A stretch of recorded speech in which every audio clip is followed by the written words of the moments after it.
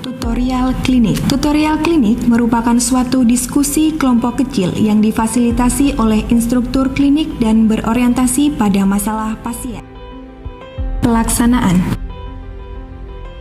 Oke adik-adik, sore ini kita akan identifikasi kasus dan pemilihan melakukan kasus. tutorial klinik dengan tema atau kasus DM dan ulkus DM.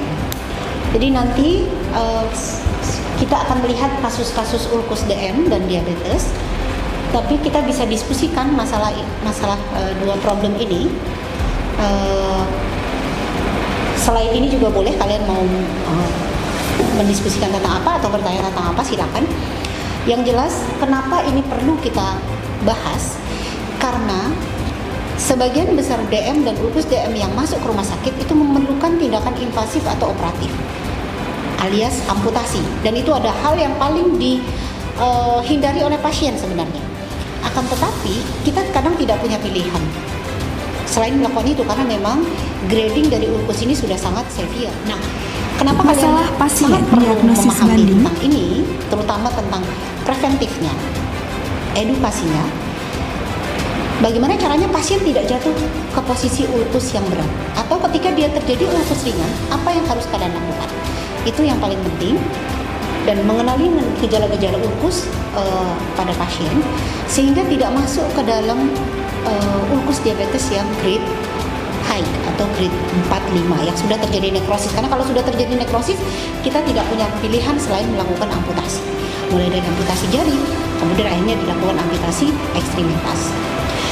Begitu adik-adik, ini ada satu contoh kasus tentang DM dan ulkus DM. Pada kasus ini terlihat luka yang sudah mengenai lapisan-lapisan. Mbak Nurifani Hairun Nisa, grading berapa ulkus DM pada pasien ini? Kalau berdasarkan webinar, menurut saya ini grading 3 dokter. Karena sudah mengenai tendonnya, untuk ulkus ini sudah dalam, kemudian sudah mengenai tendon dan ada aksesnya juga dokter. Baik, Pak Ketua Kelompok, bagaimana menurut Anda? Ini grade berapa?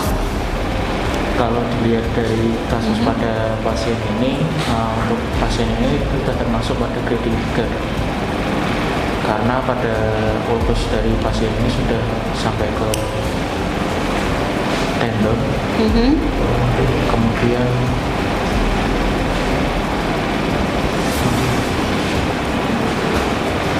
perlu nggak dilakukan ronsen pedis pada pasien ini? mungkin perlu Untuk menilai? untuk menilai keparahan dari ulkus. Iya, apa yang akan dicari di ronsen pedis?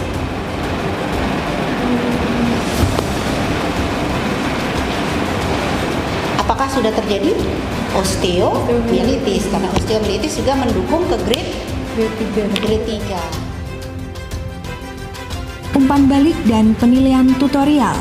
Kemudian yang paling penting adalah edukasi apa yang kalian lakukan untuk mencegah pasien ini menjadi diabetes yang lebih berat. Itu yang harus kalian, ketika kalian mendapatkan pasien diabetes di puskesmas, yang paling penting adalah edukasi. Karena pasien itu sering sekali terpengaruh oleh hoak. Supaya sarafnya baik, jalan pagi tanpa sandal di batu yang tajam, tuh batu-batu tajam itu ya, boleh nggak pada pasien diabetes ini? Tidak boleh. Apa yang harus dilakukan untuk edukasi? Siapa yang bisa? Ya, oke.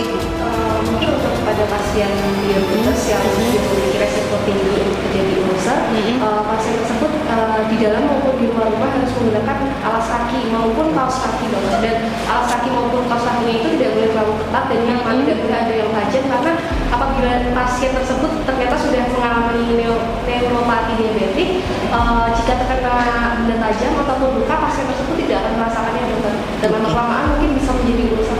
Iya, setuju. Itu adalah yang paling penting. Oke, untuk kesimpulan tadi yang harus kalian perhatikan adalah intinya adalah bagaimana mencegah perburukan ulkus. Tentu saja kalian harus tahu gradingnya, kapan mengkonsulkan ke spesialisnya, kemudian kapan melakukan perawatan sendiri, dan apa yang kalian berikan dan apa yang kalian edukasi pada pasien ini. Gitu ya. Baik, terima kasih untuk diskusi yang menarik sore ini, dan saya senang karena kalian interaksinya bagus. Kalian tingkatkan terus, semoga pada diskusi-diskusi berikutnya kalian bisa lebih aktif dan bisa lebih mengambil inti dari permasalahan yang kalian harus ingat-ingat dan kelak kalian akan gunakan ketika kalian menghadapi pasien sendiri. Demikian adik-adik, selamat sore. Assalamualaikum warahmatullahi wabarakatuh. Terima kasih. Terima kasih dokter. Sama-sama.